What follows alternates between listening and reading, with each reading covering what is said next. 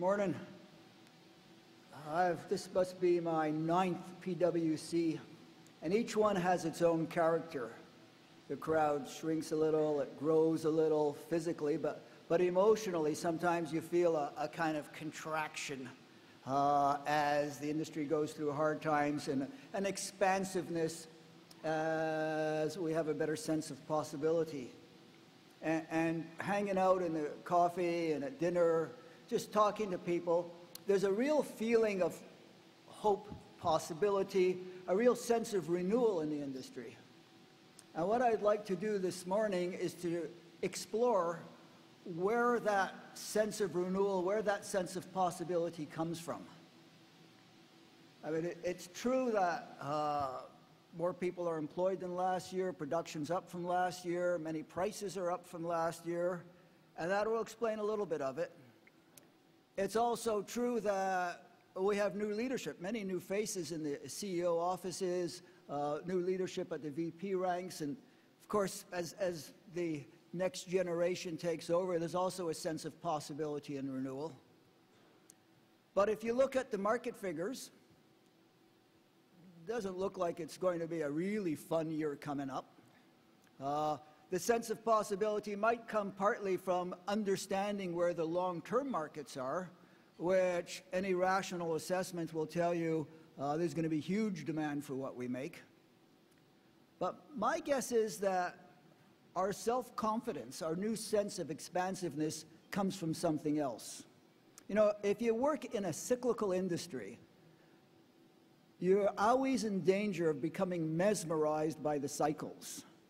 Watching her go down, waiting for her to go up, coasting on the way up, wondering how long it's going to last. And whereas markets and prices are very important, they're one of the things you can't do anything about. And so if you're mesmerized by the piece you can't control, you're distracted from the piece that you can control, which is business competence. And so I think that our sense of self-confidence, of expansiveness, comes mostly from what we as an industry have been doing in adjusting our strategies, refocusing our business strategies, preparing not just for the return of markets, but for how to be competitive with the return of markets, and how to be competitive when markets go back down. In other words, we've been focusing on what we can control, which is business competencies, rather than what we can't, which is the ups and downs of the global marketplace. Now, I'm always asked, because I represent the industry, I'm on the radio or on the bus or in the taxi, or whoever I'm talking to, people say, well, when's it coming back? When are things going to improve? And I've come to think that it's the wrong question. The real question is, how do we bring it back? How do we make it improve? And I thought maybe what we should do is, this morning, look at 4 things the industry has been and will continue to do to take our fate more in our hands, to create a business reality which would actually allow us to make money on the way up the cycle and on the way down the cycle. You know, if your view of a downturn, of a recession, is that you have to hold your breath till it comes back, or that you have to grit your teeth and be the last man standing, when it comes back, you won't be ready. So 4 things. 4 things that the industry has been and needs to continue doing. I'll point out to the timers that it still 15 minutes, so I'm going to expand. I don't know whether you want to dock me 2 minutes because you didn't do it, or how you're going to do that. But if I go on and on, it's the timer's fault. The 4 things that we have to do. I mean, the first has always been obvious, which is keep improving productivity. We sell into the global marketplace. If you don't improve productivity, now it says 6 minutes left. If you don't improve productivity, there's no way that you're going to survive. So improving productivity, cost efficiency is always job one is always necessary and is never sufficient. If all you do is improve productivity, eventually you'll be the last man starving rather than the last man standing. The second thing we need to do is to diversify products and markets.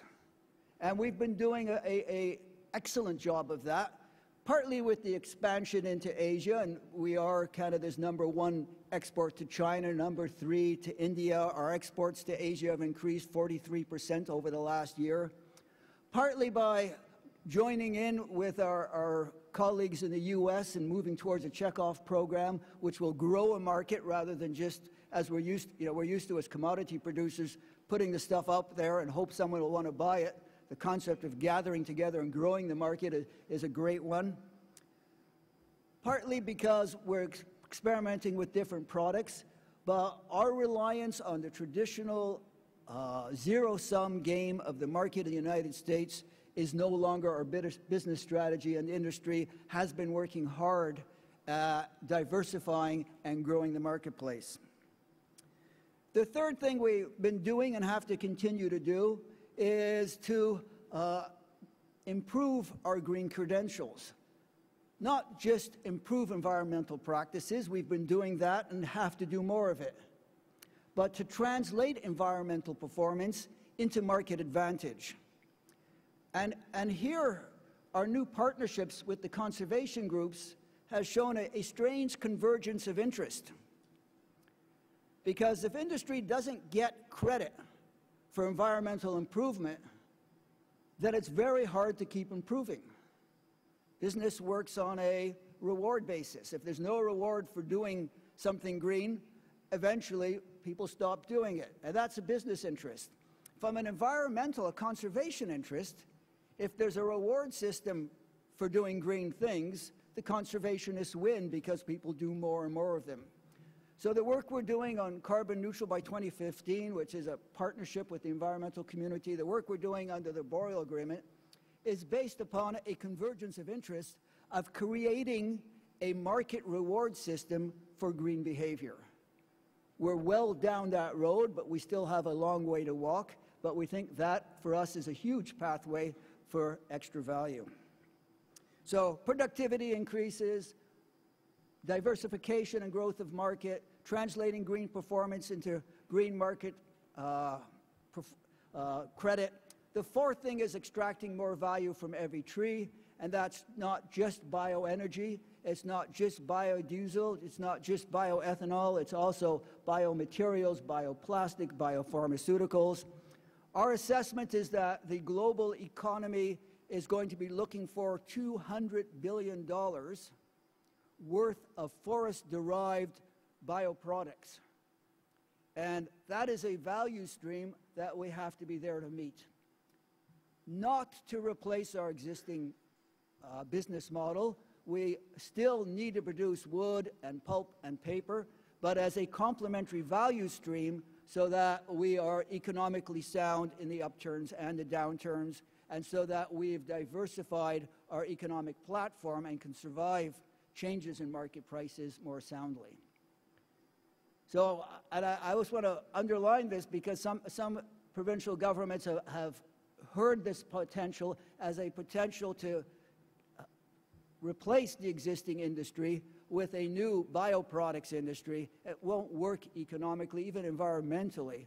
What we need to do is to complement the production of lumber and pulp and paper with these new bioproducts. So I've been talking about business competence, but as most of you know, I'm a lobbyist, and we have a new government in Ottawa.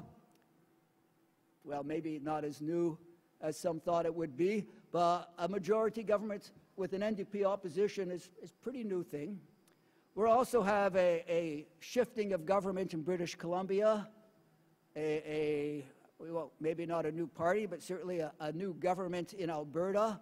Ontario's coming up to an election. Quebec's coming up to an election. And I thought I'd talk for a few minutes about the government's role in this business. Because even though we as companies compete globally, we are still part of countries competing internationally between nations. And the business conditions set by government, be they tax, transportation policy, regulatory policy, energy policy, human resource policy, tenure policy, those business conditions are an essential part of our competitiveness. They're an essential part of our ability to keep jobs in Canada. And competing countries, the U.S., for example, our best estimate of where the black liquor subsidy will show up will be at around $15 to $20 billion. We know Europe, Brazil, and many other countries are investing very heavily in biorefineries and research into the bioeconomy. We know China is investing hugely in bioenergy.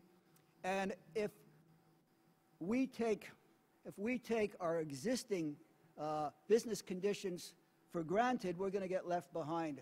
It's sort of like for a business thinking I'll be okay when the market comes back. A government thinking I'll be okay when the recession comes back is making a fundamental error. When the recession is over, everyone's going to come out fighting hard and leaner and more competitive. So at the end of a recession, you can't just turn off the stimulus and say, okay, clear sailing. At the end of a recession, a government has to pay attention to competitive business conditions. Now is the time to look at tax structure. And we need accelerated capital depreciation extended indefinitely so people invest in Canadian mills. It doesn't cost the government one penny if we have accelerated capital depreciation unless someone invests in mills, and that's exactly what we need in Canada, and that's the most leveraged expenditure of tax points that we can get. We need the implementation of the rail service review. We're a country with huge geography, and we can't be left at the mercy of an unregulated monopoly. 80% of our mills are serviced by only one railroad. The government has put out the right response to that with the rail service proposals. We need to see it implemented. We need sustained funding for research and development. It's happening in all our competitor nations. It's happening in Europe, it's happening in Brazil, it's happening in the US. Without sustained R&D, we will not be able to innovate our way into the future. And we're willing to pay for it as an industry, but we haven't got pockets deep enough to compete with foreign governments. Obviously, we need an answer to the bioenergy subsidies that our competitors are getting, and that answer has to be sufficiently well-crafted and sufficiently muscular that we are not left at a permanent disadvantage. We probably will be looking for the government's help in recruitment and human resources, but I'll leave that to Keith, who's speaking next. And of course, we need continued government support for expanding the marketplace in North America and for better penetrating emerging markets. So let me summarize.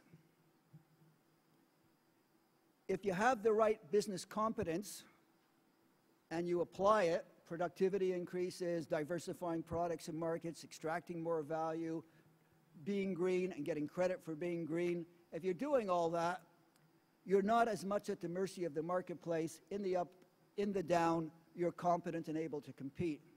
But that's only half of what's required. The other half is you have to be located in the right country and have the right business conditions.